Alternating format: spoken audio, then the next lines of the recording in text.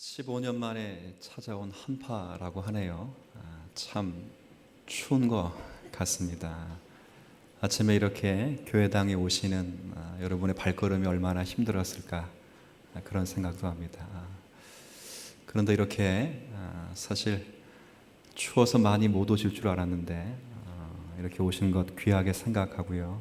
특별히 아무리 추워도 그리스도를 향한 여러분의 심장을 얼굴 수 없다라는 것 때문에 뿌듯하고 기쁩니다. 아무쪼록 내 영혼이 잘됨 같이 범사가 잘되고 강건한 축복이 여러분의 삶과 심령에 충만하시기를 진심으로 기원합니다.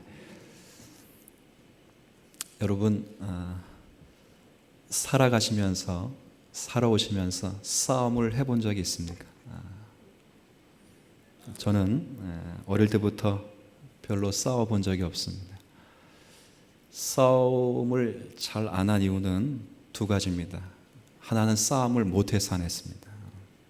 두 번째는 싸울 일이 별로 없어서 안 했습니다. 지금도 누구랑 이렇게 말싸움 할 모양이라도 있으면 저는 지레 겁을 먹고 금방 목소리가 줄어들곤 합니다. 여기 계신 어느 누구도 싸움을 좋아하는 사람은 아무도 없습니다. 단지 부득불 싸울 수밖에 없는 상황이 있을 뿐이지요. 한 번은 어릴 때 싸움을 거의 안 했는데 한 번은 싸움을 한 친구가 걸어왔습니다. 제법 잘하는 친구인데 초등학교 때 도망을 다닐 수가 없습니다. 얼마나 저를 두드려 패는지 우리 아내도 모르고 있는 건데 제가 참다 못해 주먹을 한번 뻗었습니다. 근데 그 주먹이 그 친구의 코를 난타해서 코피가 났습니다. 누가 이긴 거죠 그러면? 두드려 맞기는 제가 무진장 두드려 맞았는데 코피는 그쪽에 흘려서 결국 제가 이기게 된 참 희한한 모양이 된 적도 있습니다. 싸움은 안 되죠. 싸워서는 안 되고 싸우는 사람도 말려야 되죠. 그런데 오늘 본문에는 희한하게도 사도 바울이 싸움을 즐겨 싸우라 그렇게 이야기를 합니다. 싸움을 말려야 될 분이 싸우라 이렇게 말하는 것에 저는 성경 읽으면서 참 대단히 낯선 표현이다 그런 생각이 들곤 합니다. 과연 이 싸움이 무슨 싸움이기에 우리들로 하여금 싸움을 즐겨 싸우라 그러는 것일까? 오늘 18절에는 그 분명한 답으로 선한 싸움을 싸우라 그렇게 말하고 있습니다. 저는 오늘 여러분과 한번 이렇게 생각할 때 성급하게 이 선한 싸움이 무엇인가 답을 내지 마시고 이 설교를 다 끝날 때까지 우리가 함께 나누고 싶은 것은 이 선한 싸움의 성격이 무엇이며 이 선한 싸움을 통해서 주님이 우리에게 무엇을 만들려고 하시는지 그리고 이 싸움은 어떤 방식으로 싸워야 하는지 우리 이 세 가지 내용을 제가 섞어서 이 설교 전체에 녹여 여러분에게 좀 말씀을 드리고 싶습니다. 먼저 고민해야 될 것은 이 싸움이 어떤 성격을 가지고 있는가라는 싸움이겠죠. 어떤 싸움이기에 여기 분명히 18절에 아들이라고 표현된 영적인 아들 디모데에게 아버지로서 제자로서 스승으로서 그렇게 싸움을 강조하는 것일까? 왜 오늘 우리들에게 이 싸움을 하라고 원하시는 것일까? 그겁니다. 물론 이에 대한 답은 디모데후서 전서랑 후서의 전체 내용으로 답을 하고 있습니다. 우리가 아는 대로 디모데의 전후서는 사도 바울과 같이 복음 사역을 감당하고 있는 영적인 아들 디모데에게 쓴 사도 바울의 교훈적 편지입니다. 지금 디모데는 무슨 일을 감당하고 있냐면 에베소 교회를 목회하면서 그 교회를 돌보아야 될 책임을 맡고 있습니다. 이 책임 때문에 사도 바울은 편지를 쓰면서 어떻게 이 교회를 돌봐야 되는지 여러 권면들을 주고 있는데 이 권면의 가장 큰 핵심은 교회를 지켜라 하는 권면입니다. 그러니까 사도 바울은 디모데에게 전후서를 통해서 무엇을 중점적으로 말하냐면 교회를 지켜내라는 것입니다. 그럼 교회를 지켜내라는 말 속에는 무엇으로부터 지켜내야 되는가에 대한 의문점이 생깁니다. 그것은 에베소 교회에 침범한 다른 교훈 혹은 거짓 교훈으로부터 이 교회를 지켜낼 것을 권면하고 있습니다. 그래서 디모데 전후서를 잘 읽어보시면 목회자로서 가져야 될 목회의 다양한 방법들에 대해서 소개하지 않습니다. 이 디모데 전후서 전체 내용은 거짓 교훈들에 대항하여 복음의 본질이 무엇이며 그 복음의 본질에 근거하여 자신과 교회가 나아가야 할 방향과 분별성을 확립시켜 주는 것이 디모데 전후서의 내용입니다. 그러면 교회를 지켜나가는 싸움인데 이 지켜나가기 위해서는 제가 조금 전에 설명드린 것처럼 다른 교훈 때문에 다른 교훈을 대항하여 지키라 그랬습니다. 이 다른 교훈이 뭐냐면 3절 한번 보시죠. 제가 3절 말씀을 읽겠습니다. 내가 마게도냐로 갈 때에, 이건 사도 바울이 유럽의 관문인 마케도냐 관문을 지나갈 때에 너를 이제 디모데를 권하여 에베소 지역에 머무르게 했습니다. 에베소 지역을 목회하라고 명령한 것이죠. 그럴 때 그렇게 한 이유는 보십시오. 에베소 교회에 어떤 사람들을 명하여, 한 사람이 아닙니다. 교회 안에 어떤 사람들이 있는데 그들을 명하여 무엇을 가르치지 말게 하기 위하여 디모데를 거기에 두었다고요? 다른 교훈을 가르치지 않도록 하기 위하여 거기에 세워놨답니다. 한번 저를 잠깐 보시죠. 다른 교훈이라면 우리의 보편적인 생각은 이런 생각일 것입니다. 마치 여기 근처에 있는 전도관이라든가 하나님의 교회처럼, 그래, 예수 그리스도를 믿어 구원을 얻지. 그런데 예수 그리스도만을 믿어야 구원을 얻는 것이 아니라 다른 중보자를 믿어도 구원을 얻을 수 있어. 이래야 다른 교훈이며 쉽게 우리가 말하는 이단이라 그렇게 말할 수 있을 것입니다. 또 반면에 갈라디아서 가르침처럼 예수 그리스도를 믿어 구원에 이른다 할지라도 예수 그리스도를 믿는 사람들이 율법을 지켜야 구원의 완성을 이룰 수 있다, 이렇게 말해야 다른 복음이며 이단적인 가르침이 될 것입니다. 그런데 디모데 전후서에 기록된 이 다른 교훈과 거짓 교훈은 조금 더 교묘한 성격을 가지고 있습니다. 여기 4절에 보면,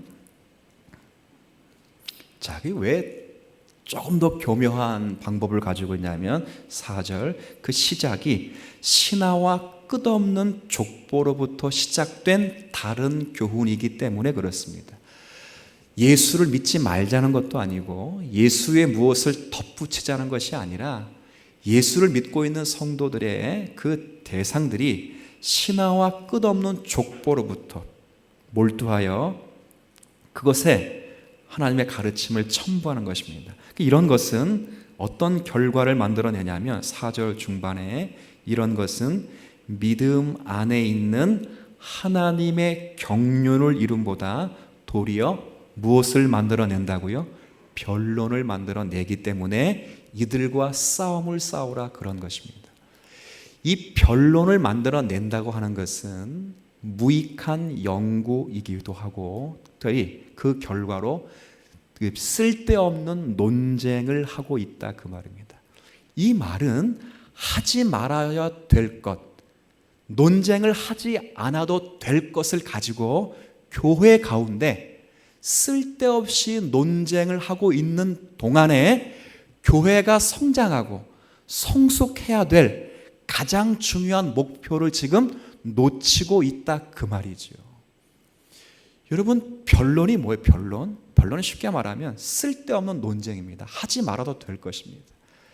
제 교회 역사 가운데 쓸데없는 논쟁이 무지 많은데 그 중에 하나만 소개하면, 여기 지금 제 손에 바늘이 있다고 생각합시다. 제가 오늘 바늘을 가져오려고 하다가 안 가져왔는데, 이 중세에는 이 바늘 끝에 가장 신학이 창궐하고 철학과 이상이 팽만한 그 시대에 신학자들과 목회자들이 무슨 논쟁을 하냐면, 이 바늘 끝에 천사가 몇 명이나 앉아 있을까, 이 논쟁을 했습니다. 제가 물어볼게요. 이 바늘 끝에, 제가 들고 있는 바늘 끝에 천사가 몇 명이나 앉아 있을까요? 아주 유명한 우리 어린아이가 이렇게 답을 했습니다. 따가워서 못 앉아 있습니다. 그의 말을 주님의 뜻으로 들으면 되는데, 모든 신학적인 논쟁을 가지고, 철학과 이성을 가지고 신학적인 답을 냈습니다. 우리 어릴 때도 교회 가운데 이런 논쟁 많이 했죠. 닭이 먼저냐? 그 다음. 나중에 천국 가서 확인하시길 바랍니다. 그런 쓸데없는 논쟁을 하는 동안에 교회가 정작 바른 복음에 입각하여 성장하고 성숙해야 될 그 싸움을 싸우지 않고 있다, 그 말입니다. 무슨 싸움 싸우느라고요? 쓸데없는 싸움을 싸우느라고 그 싸움을 안 하는 거죠. 결국 변론을 낸다고 하는 것은 소모적인 일에 빠져드는 것이고, 진리냐 거짓이냐에 관한 싸움이 아니라 정말 불필요한 싸움을 만들어내서 하나님의 교회의 정체성이 흐트러지는 그런 일들을 만든다는 거죠. 그 사이에 뭘 놓치냐? 여기 4절 중반에 있는 아주 중요한 표현이 있습니다. 너희가 쓸데없는 연구와 논쟁 때문에 결국 변론을 만들어내는데, 정작 그 변론을 만들어내는 동안 우리가 놓치고 있는 것이 믿음 안에 있는 하나님의 뭘 놓치고 있어요? 경륜을 이루는 것을 놓치고 있다, 그 말입니다.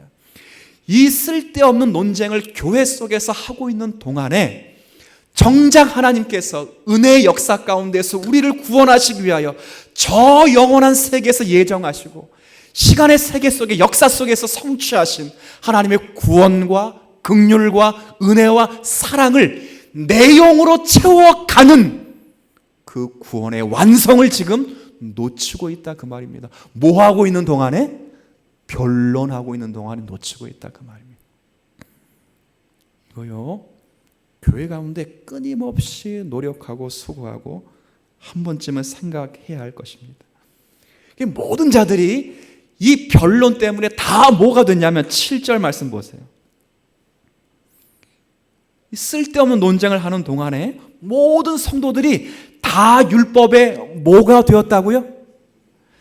이 쓸데없는 논쟁 때문에 모든 성도들이 다 지금 율법의 선생질 노릇만 하고 있다, 그 말입니다. 가르치려고만 하고 있고, 지적하려고만 하고 있고, 비평하고 있는 동안 저들이 정작 놓쳐야 될, 훈련받고 성장하고 성숙해야 될 우리 안에 시작하신 하나님의 경륜을 완성하는 그 일은 어느 누구도 하고 있지 않다는 거죠.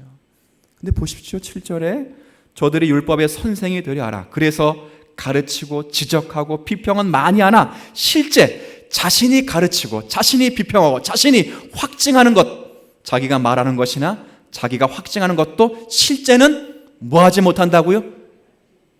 그게 무슨 말인지를 모르면서 얄팍한 지식으로 상대방을 가르치려고 하고 쓸데없는 논쟁에 휩싸인다, 그 말이죠. 다른 이게 목소리 들으시면서 야, 이런 교회도 있는가, 그렇게 들으시면 안 됩니다. 지금 우리 교회를 이야기하는 것이고, 한국 교회를 이야기하는 것이고, 이 땅의 교회를 이야기하는 것입니다. 우리도 이와 같을 수 있습니다. 변론하는 것 때문에 신앙의 발전과 정당한 훈련을 받는 것을 방해받을 수 있습니다. 우리가 잘하는 것 가운데 하나가, 우리도 이와 같은 경우가 많습니다. 저도 마찬가지인데요. 여러분 혹시 축구를 좀 보셨습니까? 요르단과 하는 축구? 저는 조금 봤는데 답답해서 못 보겠더라고요. 답답해서. 요즘 이제 옛날에 축구를 보다 보면 이게 축구 이제 키퍼가 아니죠. 이제 그 축구하는 그 선수가 이제 축구공을 막 몰고 가다가 골대 바로 앞에서 공을 찾는데 어딜 넘어가요? 크로스바를 넘어가요. 아니 그 일부러 그렇게 차라 그래도 못 차는데 꼭 골대 앞에서만 차면 크로스바를 확 넘어가죠. 그렇죠. 근데 골대 앞에만 가면 꼭 공을 차다가 반드시 뭐 하게 되죠? 자빠지게 되죠. 그렇죠. 왜 거기서 개다리가 나오냐 그 말입니다. 그래서 늘 축구를 보면서 야, 넌 발이 삐었냐? 그것밖에 못하느냐? 그렇죠. 내가 해도 그것보다 더 하겠다, 더 잘하겠다. 뭐 그러지 않아요? 근데 한번 여러분과 제가 한번 해볼까요? 하프라인에서 센터라인까지 제가 한번 해봤거든요. 정말 공조차 열심히 뛰어갔는데 다시 못 돌아오겠더라고요. 못 돌아오겠어요 다시. 왜요? 심장이 터질 것 같아요. 제가 한때는 탁구를 좀 무시했습니다. 탁구를 저것도 운동이야 그랬습니다. 여기 탁구부 회원들이 계시는데 지금 존경스럽습니다 우리 이분들이. 왜 탁구가를 무시했냐면 그 공이 얼마나 죠? 요만한데 제가 정보를 얻어보니까 2.5g과 2.7g짜리랍니다 공이.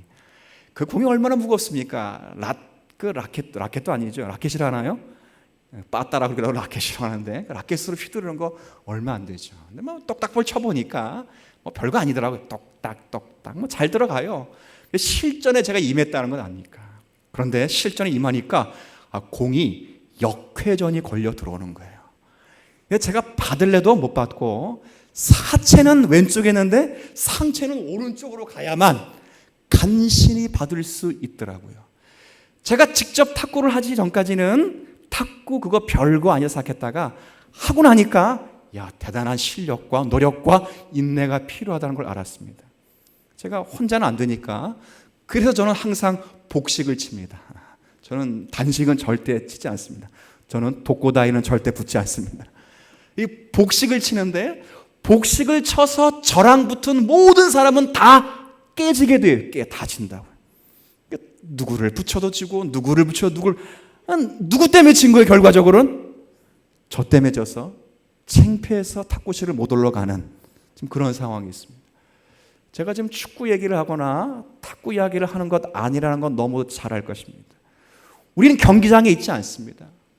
우리는 라켓을 잡지 않습니다. 공을 몰지 않습니다. 다 입으로 합니다.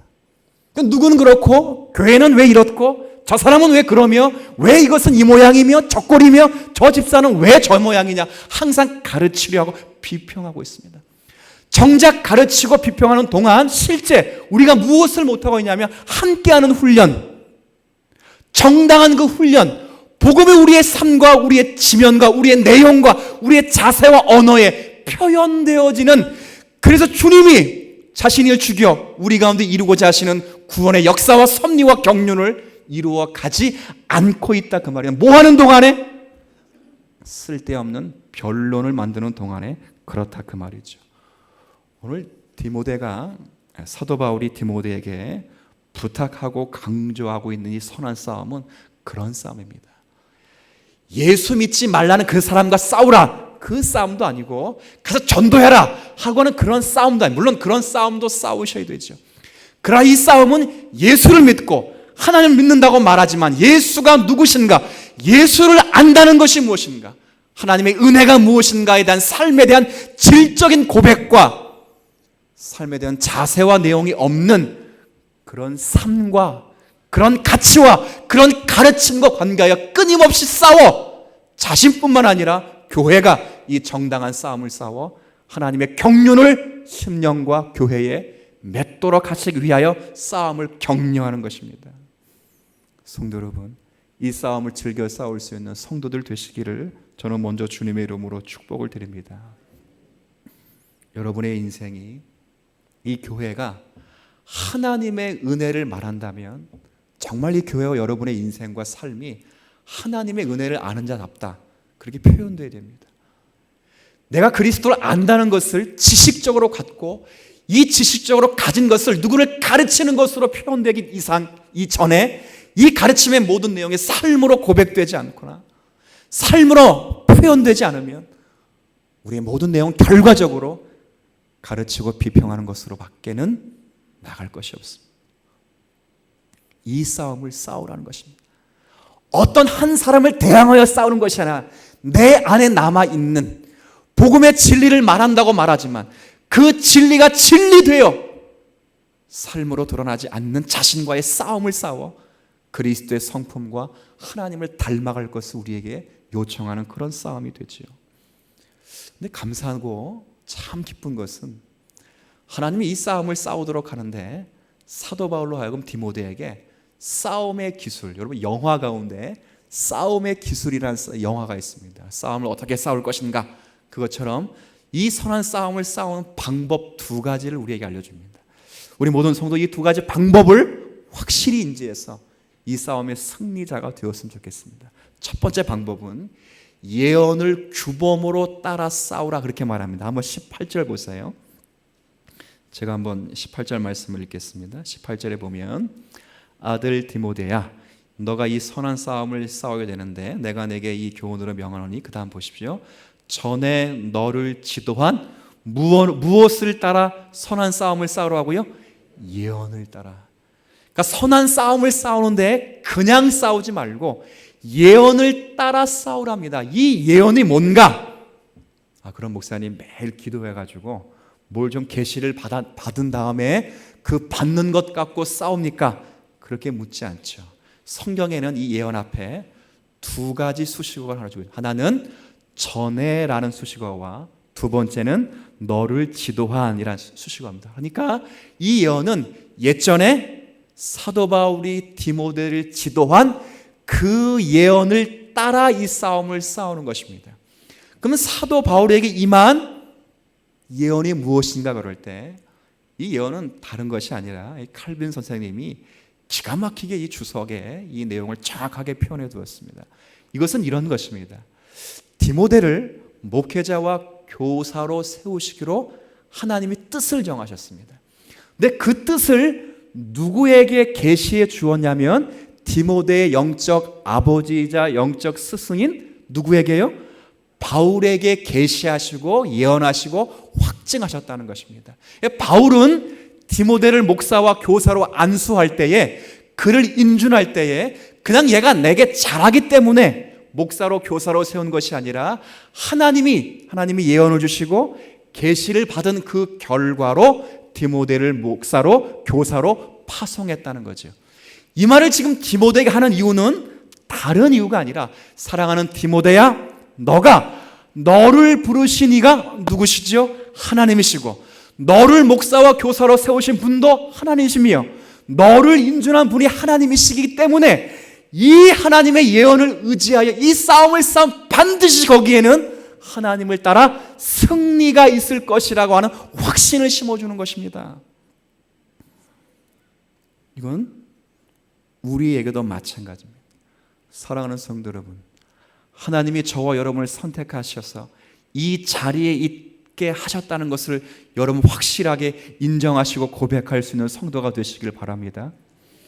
여러분과 직분을 맡고 여러분과 부설하고 섬김을 다하는 것, 목사가 여러분을 미워해서 준 것이 아니라 부족한 목회자와 당회를 통하여 하나님이 여러분에게 허락하시고 인준하신 하나님의 거룩한 자리임을 고백할 수 있는 이 아침 되시길 바랍니다.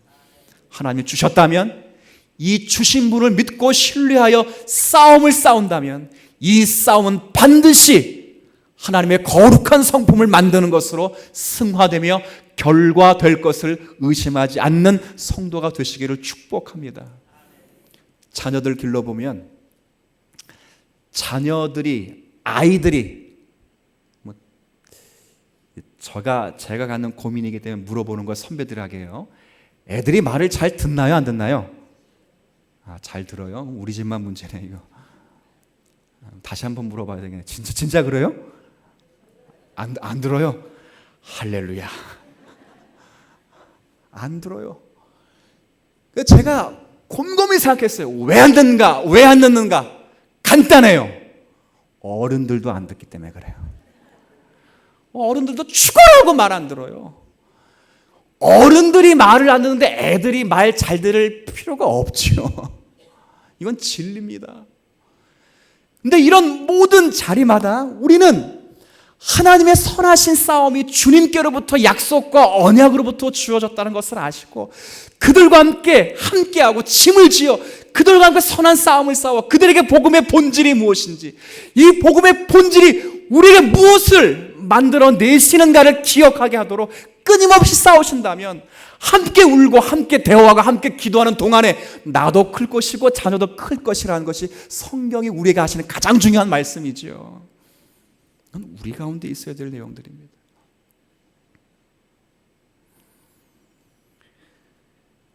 그리고 두 번째, 이 확실한 예언을 가지고 확신 속에 싸우라 이렇게 말하지만 또 한편으로는 우리와 관계된 두 번째 싸움의 방식을 이렇게 소개해 주고 있습니다. 19절 말씀 한번 제가 읽어보죠.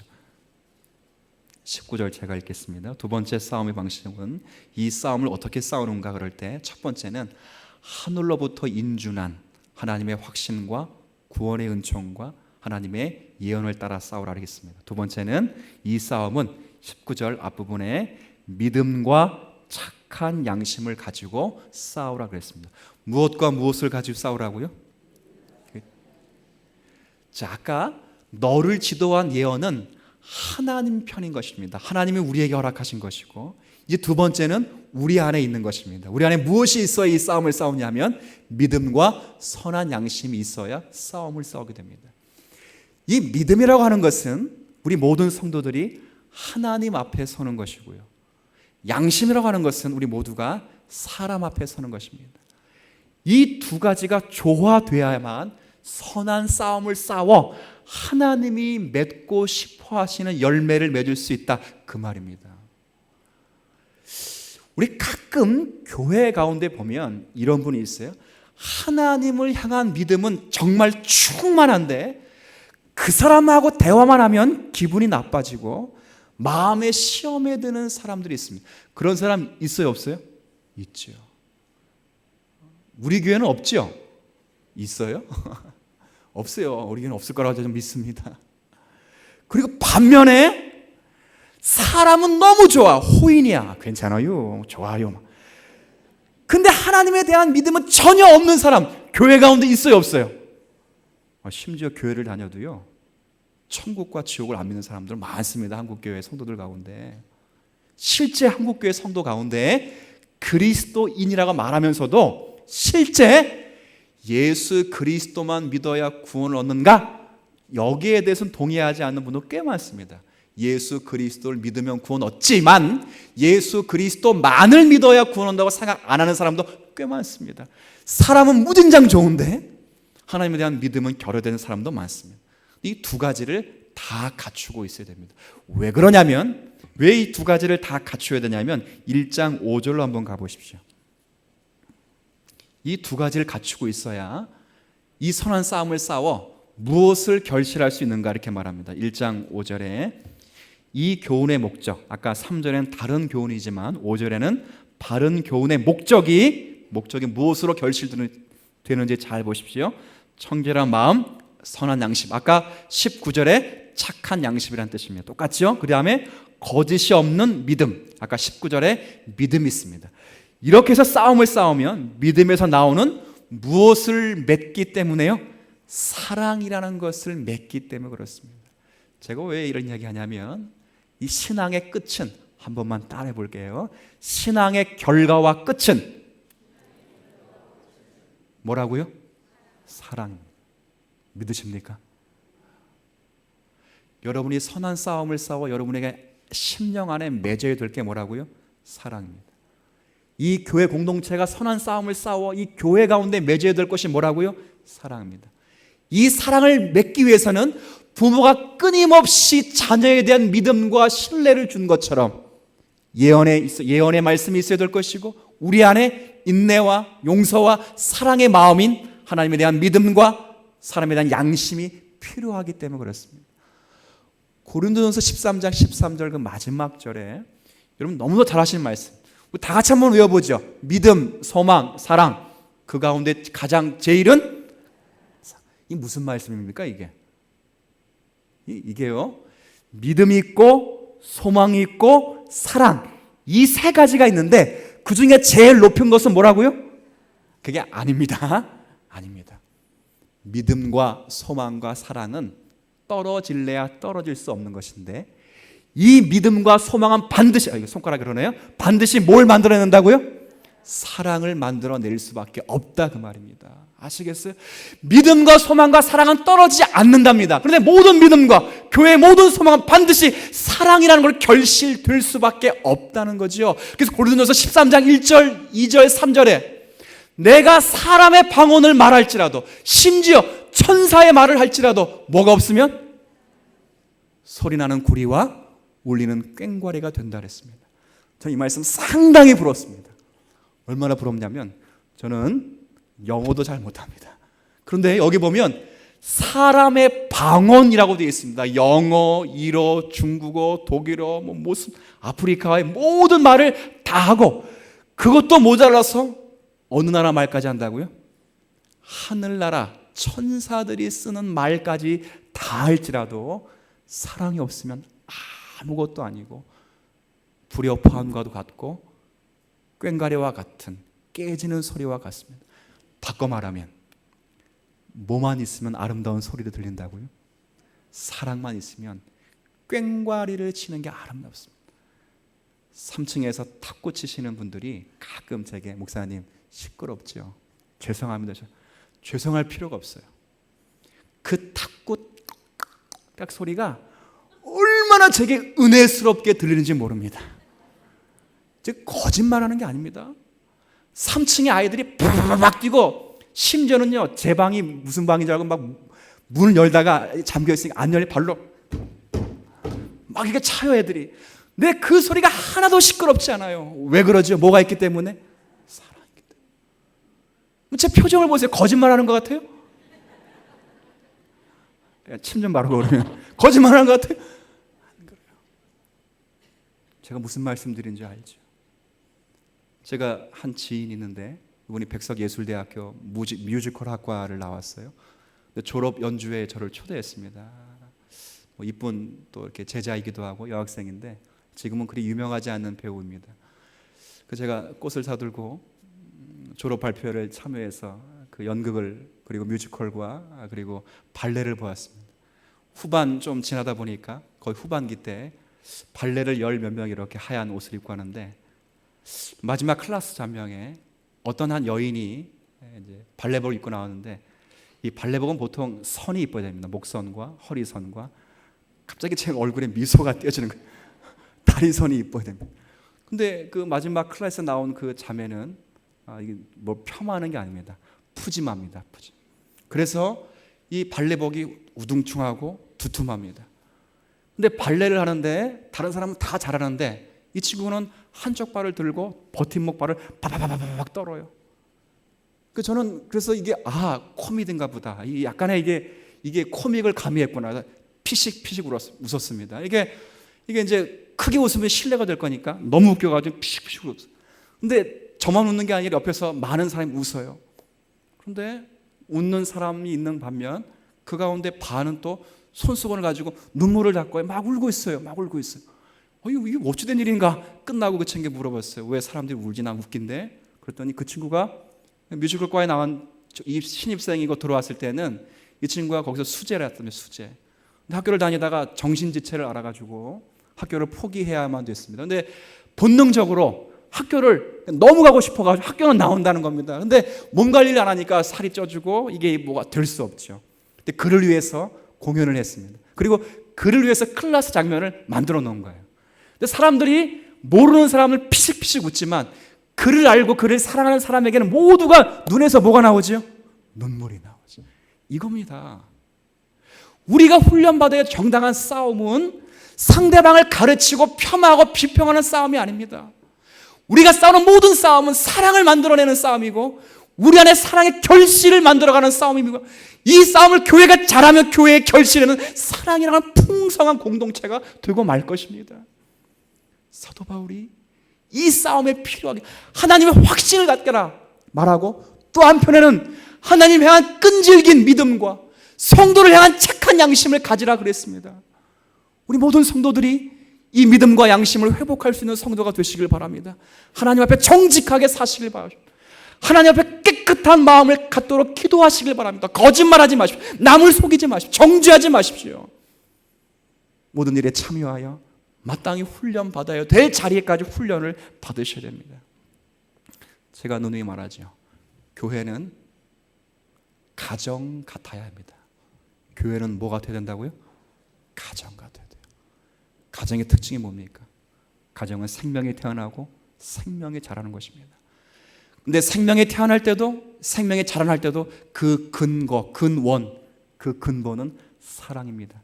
사랑이 없으면 생명이 태어날 수 없고 사랑이 없으면 생명이 자라날 수 없습니다. 전 지금껏 자녀를 낳고 기르면서 한 번도 제가 먹고 싶은 것을 단 한 번도 먹어본 적이 없습니다. 전 지금껏 살면서 제가 가고 싶은 여행지를 한 번도 자녀와 함께 가본 적이 없습니다. 왜 그러지요?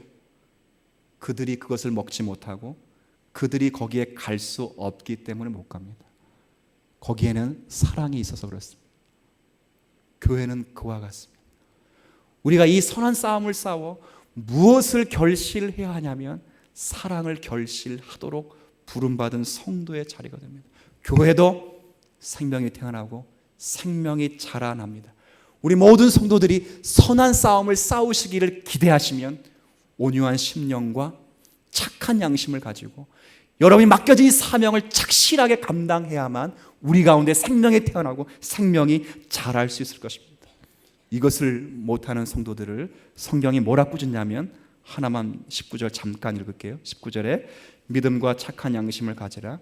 어떤 이들은 이 양심을 버렸고 이 믿음에 관하여 파선했다. 그래서 그 가운데 대표적인 두 사람인 후메네오와 알렉산더가 있는데 내가 즉 사도가 그들을 누구에게 내어줬다고요? 왜 이렇게 내어줬습니까? 그들로 훈계를 받아 신성을 모독하지 못하게 하려 함이라. 이 말은 출교를 시켰다 그 말입니다. 왜 출교시켰냐?